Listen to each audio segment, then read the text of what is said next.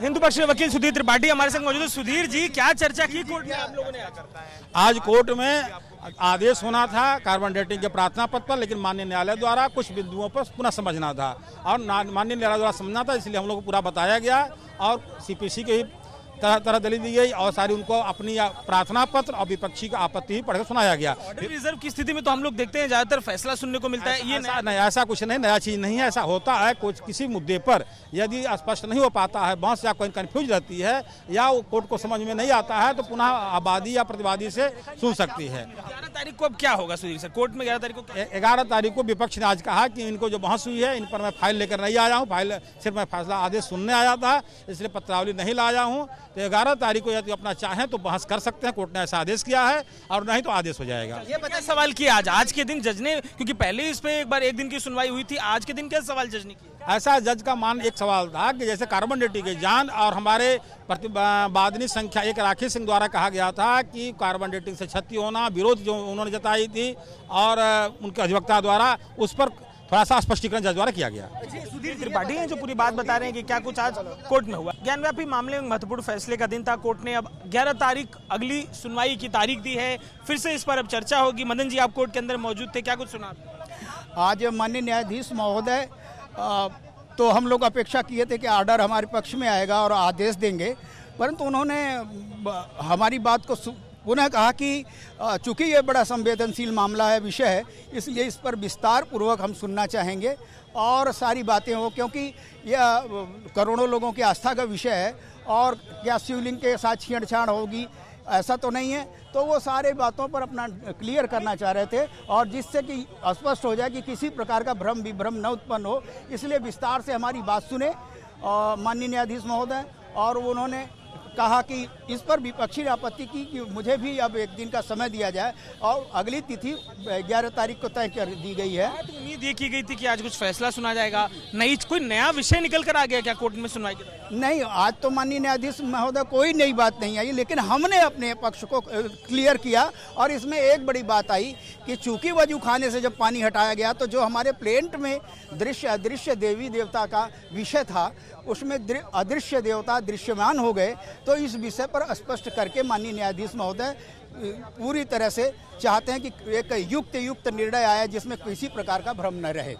ज्ञानव्यापी मामले में महत्वपूर्ण फैसले का दिन था, अब अगली तारीख 11 तारीख की पड़ी है। शिवम गौड़ वकील जो महत्वपूर्ण इस मामले के हमारे संग जुड़े हैं, पहले दिन से इस मामले से सर जुड़े हैं आप, हम इस अंदाजे में थे कि आज एक फैसला सुनने को मिलेगा, क्या नया विषय निकल कर आ गया था? देखिए, जज साहब का कहना ये था कि जो आर्गूमेंट्स की गई हैं और जो एप्लीकेशन है तो एक कन्फ्यूजन क्रिएट हो गई है, ऑर्डर देने में काफ़ी परेशानी हो रही है, डिस्पोजल नहीं हो पा रहा, तो कोर्ट ने क्लैरिफिकेशन सीख किया, डिमांड किया। वादी संख्या 2 से 5 की तरफ से इस चीज़ को एडमिट किया गया कि पत्थर की कार्बन डेटिंग नहीं हो सकती। इसके साथ ये भी एडमिट किया गया कि यदि कोई क्षति पहुंचती है, क्षति पहुंचने की संभावना है, तो उस सूरत में कार्बन डेटिंग ना की जाए और कोई दूसरी साइंटिफिक इन्वेस्टिगेशन की जाए। तो राखी सिंह की तरफ से जो डिमांड रखी गई थी उस चीज़ को आज इन्होंने भी एडमिट कर लिया है, तो अब कोई डिमांड नहीं रह गई है। कार्बन डेटिंग को लेकर के पूरा क्वेश्चन ही खत्म हो चुका है। बताइए सर, ये हम तो बोलते थे कि हिंदू पक्ष, आज बिसेन परिवार अलग हो गया, बाकी 4 लोग अलग हो गए, ये स्थिति क्यों बन गई? देखिए, फाड़ की बात नहीं थी, किसी तरह का फ्रिक्शन की बात नहीं थी, एक लॉजिकल बात थी कि किसी तरह की क्षति ना पहुंचे, उस चीज़ को कोर्ट ने भी कंसीडर किया है। हमारा कहना ये नहीं है कि किसी तरह की जांच ना हो, scientific investigation in the interest of justice to be done, ये तो एक कहते हैं अजम्पशन होती है किसी भी तरह के। आपको जब कोई बियॉन्ड द रीच है, हमारी रीच में कोई एविडेंस नहीं है, उसको कोर्ट में लाने के लिए तमाम रास्ते में लेने पड़ेंगे, लेकिन एक ऐसी इलॉजिकल बात अगर कोर्ट के सामने आ जाएगी कि आप शिवलिंग का कार्बन डेटिंग कीजिए, तो उसका हमने विरोध किया और उसने कोर्ट को एक्सेप्ट भी किया। 11 तारीख को अब क्या देखने को मिलेगा? 11 तारीख को अंजुमन इंतजामिया कमेटी, जो आज क्लैरिफिकेशन वादी संख्या 2 से 5 की तरफ से रखा गया, उसका जवाब अंजुमन इंतजामिया कमेटी देगी। अब इंतजामिया कमेटी का जवाब रहेगा। शिवम गौड़ जो इस पूरे मामले में पहले दिन से कोर्ट में मौजूद हैं, अब पूरी बात आज क्या कोर्ट में हुई इस बारे में बता रहे। हिंदू पक्ष के वकील विष्णु जैन जी हमारे संग मौजूद हैं। विष्णु सर, क्या कुछ हुई सुनवाई? हम तो इस उम्मीद में थे कि एक फैसला सुनेंगे, अब एक अगली तारीख आई सर। देखिए, हम भी इसी उम्मीद में थे और ऐसी बात नहीं है कि हमने आपके सामने आपको गलत ब्रीफिंग की। माननीय न्यायालय ने आज ऑर्डर्स के लिए ही इस केस को रखा था, पर कोर्ट को ये पावर होती है कि ऑर्डर पास करने से पहले भी अगर कोई क्लैरिफिकेशन या किसी मुद्दे पे कोई संदेह है तो वो उस पार्टी से ले सकती है। तो माननीय न्यायालय ने आज हमसे 2 मुद्दों पे क्लैरिफिकेशन मांगा था। पहला कार्बन डेटिंग और साइंटिफिक इन्वेस्टिगेशन के मुद्दे पे, और दूसरा क्लैरिफिकेशन कोर्ट ने मांगा था कि जो शिवलिंग वहाँ पे बरामद हुआ है क्या वो इस केस प्रॉपर्टी का पार्ट है कि नहीं। हमने दोनों पे अपना क्लैरिफिकेशन दिया कि हमारे सूट प्रॉपर्टी में, हमारे सूट में पेज 38 में प्रेयर है विजिबल इनविजिबल डेटीज़ की, और जो वजू खाने में जब पानी हटाया गया तो जो शिवलिंग वहाँ पे अप्रत्यक्ष देवता के रूप में थे वो प्रत्यक्ष देवता हो गए। पहला क्लैरिफिकेशन तो उसका ये सूट प्रॉपर्टी का पार्ट है, हमने पहला अपना तर्क रखा। दूसरी बात, कोर्ट साइंटिफिक इन्वेस्टिगेशन के लिए कमीशन जारी कर सकता है। सीपीसी में ऑर्डर 26 रूल 10A में इस चीज़ की व्यवस्था है, ये बात हमने रखी। और जो एक लोगों का एप्रीहेंशन था वो भी हमने कोर्ट के सामने ऑन दी पटल of bar at the statement at the bar हमने कहा कि हम लोग भी नहीं चाहते हैं कि शिवलिंग को किसी भी तरह से क्षति पहुंचाई जाए। बिना क्षति पहुंचाए हुए वैज्ञानिक माध्यम से इसकी जांच की जाए कि शिवलिंग कितना पुराना है, कितना लंबा है, कितना गहरा है। सिंह की तरफ से जो बात कोर्ट में कही जा रही थी कि ये सब दिक्कतें होंगी अगर जो कार्बन डेटिंग की बात हुई तो की जाएगी, आपने भी, उनके वकील का कहना है आखिर आपने भी वही बात स्वीकार नहीं स्वीकार नहीं की, हमने उसको क्लैरिफाई किया है।